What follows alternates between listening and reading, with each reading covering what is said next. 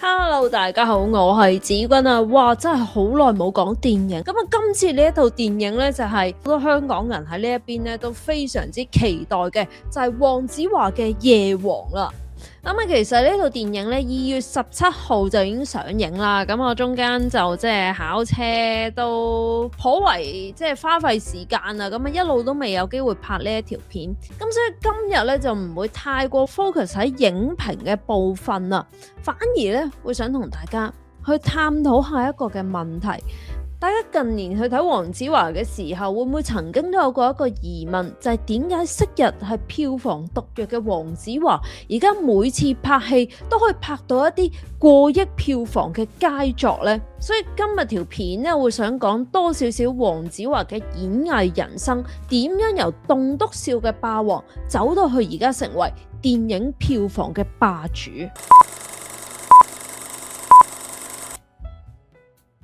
咁啊，雖然重點唔係影評啦，咁但係都可以講下少少我對呢套電影嘅心得嘅。咁啊，整體嚟講，我覺得呢個故事係相當之吸引嘅。咁啊，夜總會生活近年大家都有講過啦，夜總會已經執笠啊，咁啊有啲嘅夜總會咧亦都嘗試去重新經營啊，咁但係似乎不出幾個月之內咧，咁啊亦都好快倒閉。大家可能冇乜機會真正去接觸呢一類型嘅行業或者生活，咁但係唔多唔少都會聽過，咁你都會好好奇去睇下呢套電影，到底夜總會係咪真係有傳說中嘅天價生果盤，甚至係香蕉呢？裏面啲人係咪真係揮金如土，視錢財如無物呢？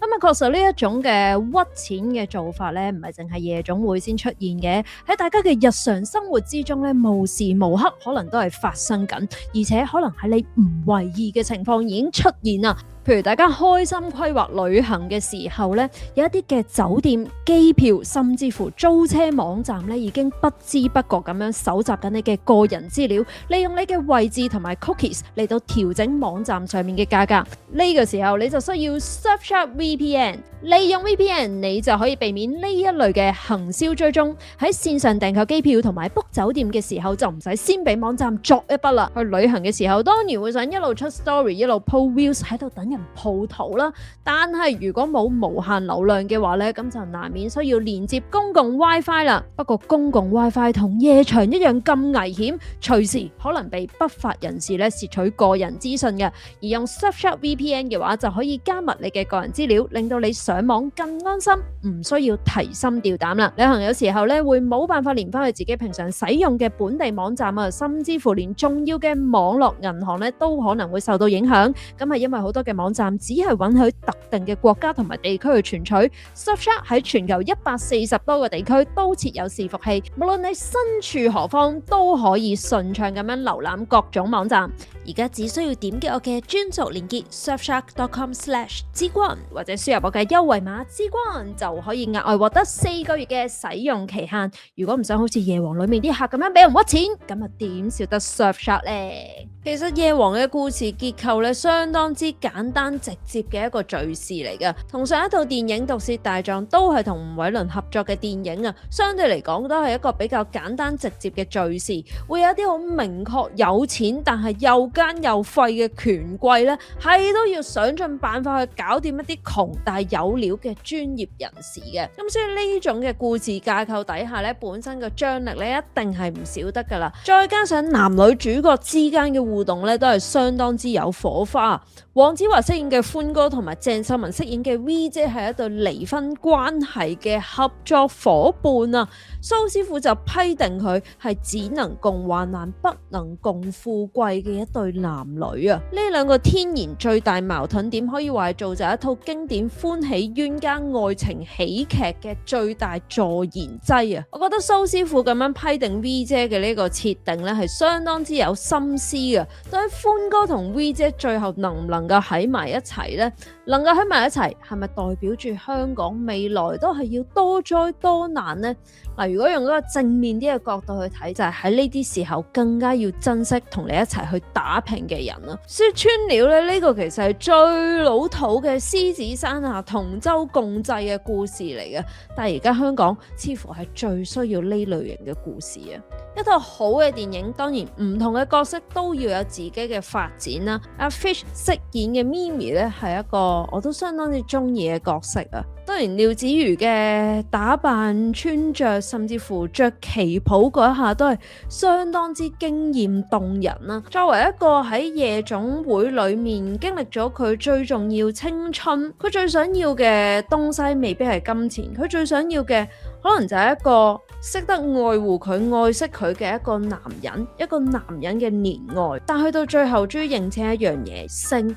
同埋愛始終都係唔同。其實佢一早已經知嘅啦，只係一路佢唔願意去面對嘅啫。黃丹妮飾演嘅 Coco 姐咧，亦都係出場非常之震撼嘅一個角色嚟㗎。基本上成個眼球係離唔開阿 Coco 姐嘅。佢所面臨嘅內心掙扎，可能係更加多人嘅困境啊！就係當良心同金錢擺喺你面前要去選擇嘅時候，到底你會點樣去抉擇？金錢之外，到底快樂係重唔重要呢？其實我中意夜王嘅一點咧，就係佢點樣去探討快樂呢一樣嘢啊！佢講咗一個夜總會嘅故事，一個燈紅酒綠嘅世界。到底夜總會係世界上面最開心嘅地方，定還是係最唔開心嘅地方呢？佢都係一個講金錢嘅故事，大家日日都會面對錢嘅問題，或者錢帶俾你嘅快樂，到底錢係快樂定還是係快樂嘅對立面呢？而蘇師傅批死 V 姐嘅嗰一番說話，正正就係呢個電影核心問題嘅答案。如果有錢就唔能夠得到幸福快樂嘅話，咁你會點揀呢？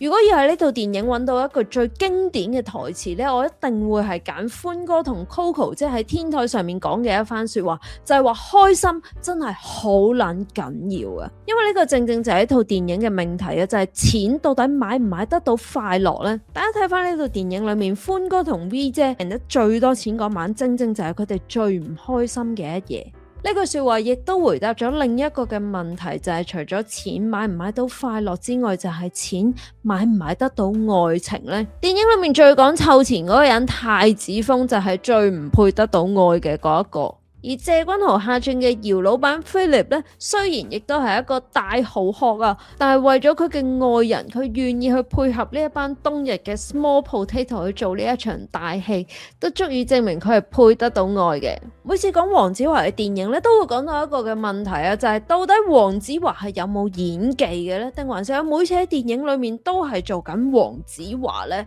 咁啊，每次睇黃子華嘅戲咧，大家都會有預期，就係會睇一段黃子華發表偉論嘅一場戲嘅。當然每次喺電影嘅故事裏面都有一個嘅劇情上面嘅需要啦，而每一次嘅角色塑造上面亦都係製造咗呢個需求出嚟嘅。而呢種演講式嘅表演咧，擺喺黃子華身上面咧去演出咧，亦都係相當之好睇嘅。咁所以自自然然每套電影裏面咧都會有一啲咁樣嘅場口噶啦。咁但係我覺得今次冇咁多話突然之間掟啲金句出嚟啊，或者嗰個金句同嗰個嘅劇情其實係融合得比較好嘅，咁啊所以變咗就冇咁多話哇突然之間呢下好黃子華啊咁樣嗰種嘅出戲嘅感覺。但係覺得更重要嘅一個問題就係點解大家對於黃子華嘅演技會有爭議嘅同時，每一次佢嘅電影都係票房大賣，講緊嘅係一套非科幻類型嘅純劇情片，係一個過億嘅票房。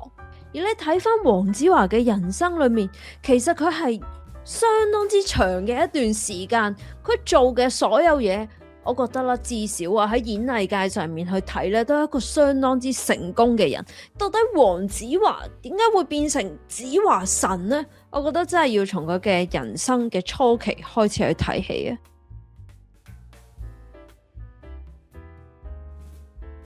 黃子華1960年出生喺香港啊，中學畢業之後咧，佢就去到加拿大攻讀哲學。1984年佢返香港之後咧，黃子華一心想做嘅咧就係演員，但係當時 TVB 嘅藝員訓練班咧被取消，佢被迫報讀咧編劇班。咁唔怪得之後佢接到劇都要自己再改過晒啲劇本啊！隨後嗰幾年咧，佢不斷就係做啲譬如話代課老師啊、電台 DJ 啊，咁都唔係好差啫。仲有臨時演員，咁根據星爺嘅定義，臨時演員都係演員嚟嘅。同埋話劇團之間咧就不斷咁喺度輾轉啦。咁啊事業一路都係完全冇起色嘅。去到1990年咧都心灰意冷啦，決定退出娛樂圈啦。去咗一個佢從來未踏入過嘅圈子，佢花光晒所有嘅積蓄，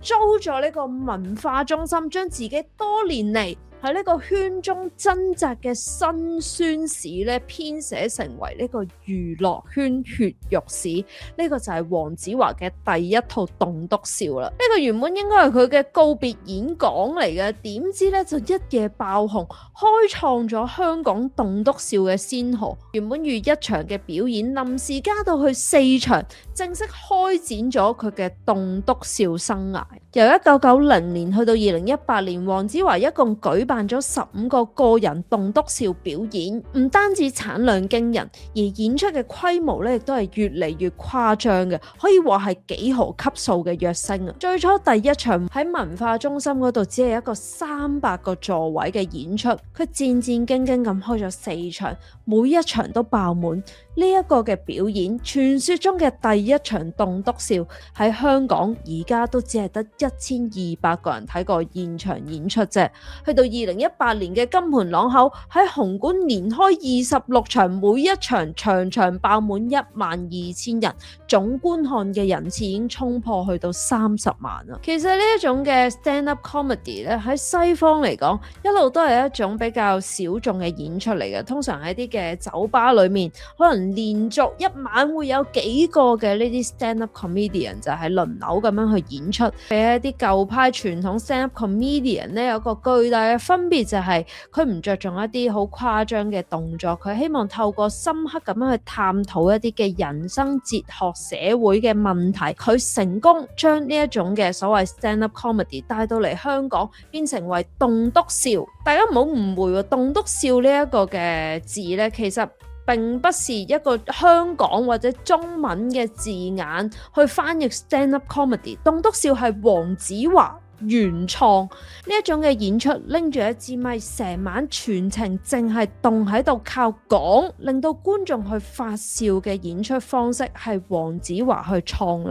嘅。所以你千祈唔好問林海峰佢究竟你幾時開棟篤笑啊？佢會非常之憤怒，因為棟篤笑係黃子華創，林海峰嗰個叫是但粒，即係 stand up。觀眾人數誇張，票房亦都相當之誇張。佢嘅告別作金盆朗口之中，佢創造咗估計超過1.5億港元嘅票房神話，破地獄啊！同你跳到轉晒圈，講緊都係1.5億嘅票房。佢淨係凍喺度拎住支咪，企喺紅館齋講咩報警都唔需要嘅情況底下，就可以創造到1.5億嘅票房。咁既然揾到咁多錢，點解唔做呢？綜合佢唔同嘅訪問咧，得出嘅原因其中之一，當然就係呢個社會氣氛嘅變化。佢曾經都講過，佢話而家個社會真係好難再笑得出嚟喎。佢喺金盆朗口之中亦都有提到啦，佢話覺得個社會嘅氣氛、社會嘅環境咧，令佢越嚟越難啊，喺唔傷害其他人嘅情況底下，去進行一啲深刻嘅諷刺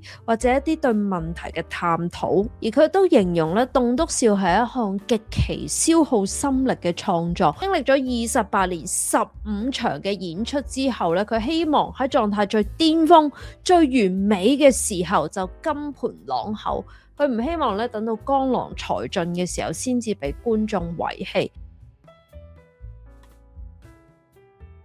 金盆朗口之後咧，黃子華就決定回歸初心，做翻一個佢夢想裏面最想做嘅，就係一名演員啊。雖然喺黃子華票房神話出現之前咧，大家經常都笑黃子華係票房毒藥啦，但係佢作為一個演員嘅身份咧，並唔係冇創造過紀錄嘅。喺佢同嘟嘟姐合作嘅男親女愛之中咧，可以話係佢電視劇生涯嘅巔峰，都可以話係 TVB 電視劇嘅巔峰嚟噶啦。呢個50點嘅紀錄喺香港電視史上面咧，咁多年嚟都係基本上本地嘅製作都係無法超越。至少電視嘅喜劇咧，黃子華絕對可以話係喜劇之王嚟嘅。而喺 TVB 呢個不嬲都淨係重視親生仔嘅地方咧，咁啊黃子華竟然以一個外援嘅身份咧，憑住2013年嘅賣剩 Lady 咧，香港男嘅一個角色咧，奪得萬千星輝頒獎典禮嘅最佳男主角啊！雖然 TVB 頒獎典禮咧一路都有呢個學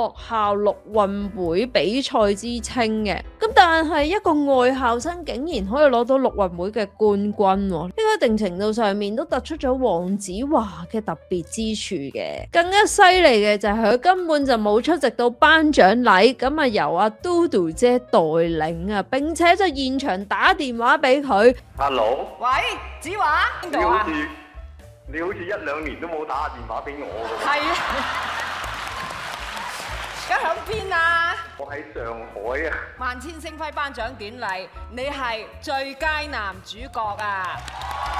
唔係最佳男主角即係咩？係咪即係視帝啊？視帝㗎啦，定係視後啊？視帝㗎啦。係咩嚟㗎？係咩人選我出嚟㗎？除咗 TVB 劇之外咧，其實佢喺2022年亦都接拍咗內地嘅電視劇《非常公民》，就係飾演末代皇帝溥儀啊。豆瓣評分上面都有8.8嘅高分啊。但真正去到全面發展佢嘅演員生涯咧，一定係講到佢金盆朗口之後嘅電影神話期。呢段時間黃子華拍嘅電影可以話係佢以神嘅姿態降臨電影界去拯救呢個電影業啊。雖然電影業而家嘅問題唔係話靠一個人嘅功勞就可以扭轉局勢，但係黃子華所創造嘅票房神話咧，確實可以話已經係現象級啊。喺2020年嘅乜代宗師，雖然口碑係兩極，再加上疫情初期一個非常之悲觀嘅情緒之下咧，依然係奪得當年嘅賀歲片冠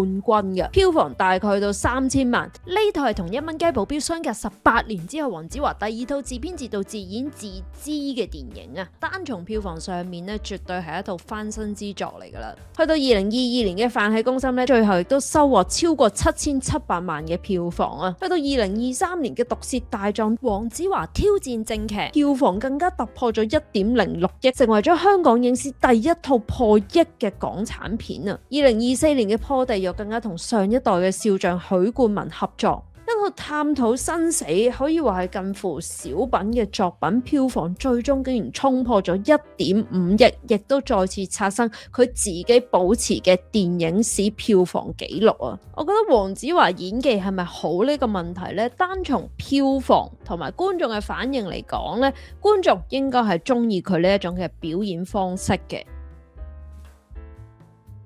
黃子華做緊棟篤笑嗰陣呢，就係票房毒藥，一放棄棟篤笑之後呢，就即刻變咗票房之王啊！成日都有個傳言嘅，做 stand up comedian 喜劇演員呢，都係一啲唔開心，近乎係抑鬱嘅人嚟嘅。頭先提到夜王令我最深刻嘅台詞就係開心好撚緊要嘅呢句說話，馬上令我諗起黃子華喺2006年嘅兒童不宜棟篤笑裏面講過：開心有一日，唔開心有一日，咁即係呢日唔係好重要啦。咁點解要開心啲呢？點解黃子華以前覺得開心唔緊要，但係而家開心就變成好撚緊要呢？黃子華喺棟篤笑裏面嘅表現形式咧，我經常覺得係帶住一種虛無主義啊！喺一個咁豐盛、咁繁華、有咁多鎂光燈照射住嘅城市裏面，點樣去點出呢個世界上面依然仲有好多不公道、荒謬嘅情況發生呢？但係嗰時候可以拎出嚟講，可以拎出嚟笑呢，係因為佢都相信一點，就係呢一個嘅社會底下，大家總會揾到一種活下去嘅方法。當一個世代比起你所想象嘅可以更加虛無，好多嘢原來真係冇辦法再去解決噶咯。大家經歷過好多冇辦法想象嘅事情，突然之間喺你眼前發生，好多嘅生命白白咁樣消逝，好多嘅家庭喺呢幾年係被殘忍咁樣拆散。你再講呢啲嘢落去，其實亦都冇乜任何嘅意義。大家已經經歷過呢種虛無，你冇辦法再笑呢一啲嘅情況。所以棟篤笑喺呢個世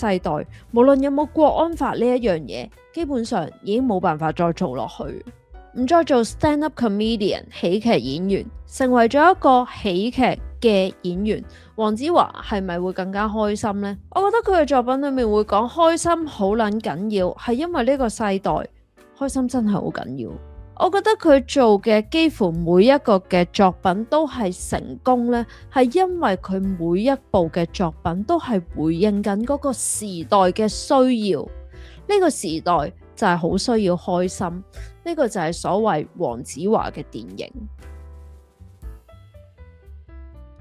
睇夜王講夜總會嘅故事咧，其實都幾觸動到我。我覺得佢隱約係講緊香港電影業嘅故事啊。喺佢最風光嘅時代，我相信亦都係夜總會最繁華嘅時代。但係最風光代唔代表又係最快樂嘅時代呢？香港電影業每一段嘅時間都有佢好代表性嘅電影嘅。可能一開始係講緊一啲功夫武打片啦，去到慢慢一段時間就係一啲嘅賭片啊、黑社會嘅電影。當然好大程度就係因為黑社會亦都投資喺啲電影裏面，令到啲故事可以幫佢哋洗白啊。加上電影越使錢，當然使完錢仲有錢賺，仲可以操縱明星藝人拉攏財團，何樂不為呢？去到一段時期就係一啲嘅警匪片啊，無間道之後就係好多嘅間諜片啊。但係你都會發現有一個嘅特徵就係，每一次香港電影業面臨一個小陽春、大陽春都好咧，大家都會一窩蜂就係去拍嗰類型嘅電影。你不斷需要追逐資本嘅投資嘅時候，你講翻一啲同類型嘅故事，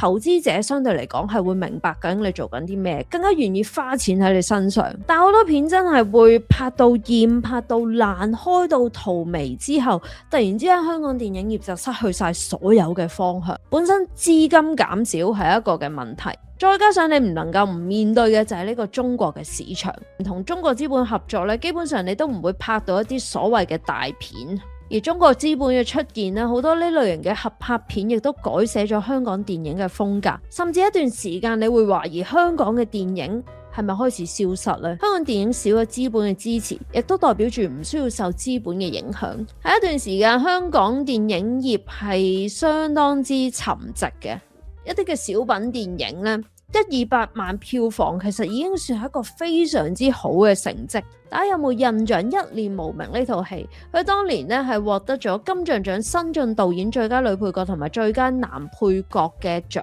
項嘅，但係當其時嘅票房呢都只係得唔夠200萬啫。去到後嚟越嚟越多呢啲小品嘅故事，講多啲唔同階層嘅故事。去到2020年嘅《幻愛》咧，票房已經去到1525萬，而呢段時間亦都造就咗10年呢一套咁尖銳地諷刺香港時弊嘅寓言電影。呢啲好多都係一啲電影人唔去諗錢，諗自己真正想做啲乜嘢，拍啲乜嘢嘅故事。當然唔係話而家電影業完全唔需要諗錢，黃子華拍戲亦都唔需要諗錢嘅問題啦。正如夜王嘅冬日夜總會一樣，到底點樣可以賺錢之餘繼續做翻自己一啲開心嘅事？我覺得係呢個故事對香港電影業嘅一個期許嚟嘅。非常之耐冇講電影啦，咁啊今次特別就想講多啲黃子華啦，因為真係非常之厲害嘅一個人。即係你睇翻佢點解可以做咩都咁犀利，睇佢嘅人生經歷嘅時候呢，我領悟到一點。如果你將一個人嘅人生拎一點去出嚟睇咧，好多時候都係失敗同埋挫折嚟嘅。咁但係將好多嘅失敗經驗累積之後，繼續堅持自己想做嘅事咧，有機會係達到一個你從來冇想象到嘅高度。如果大家中意我嘅影片嘅話咧，記得俾個 like， 可以喺下面 comment 話我聽，同埋訂閱我嘅 channel。我哋下條片再見啦，拜拜。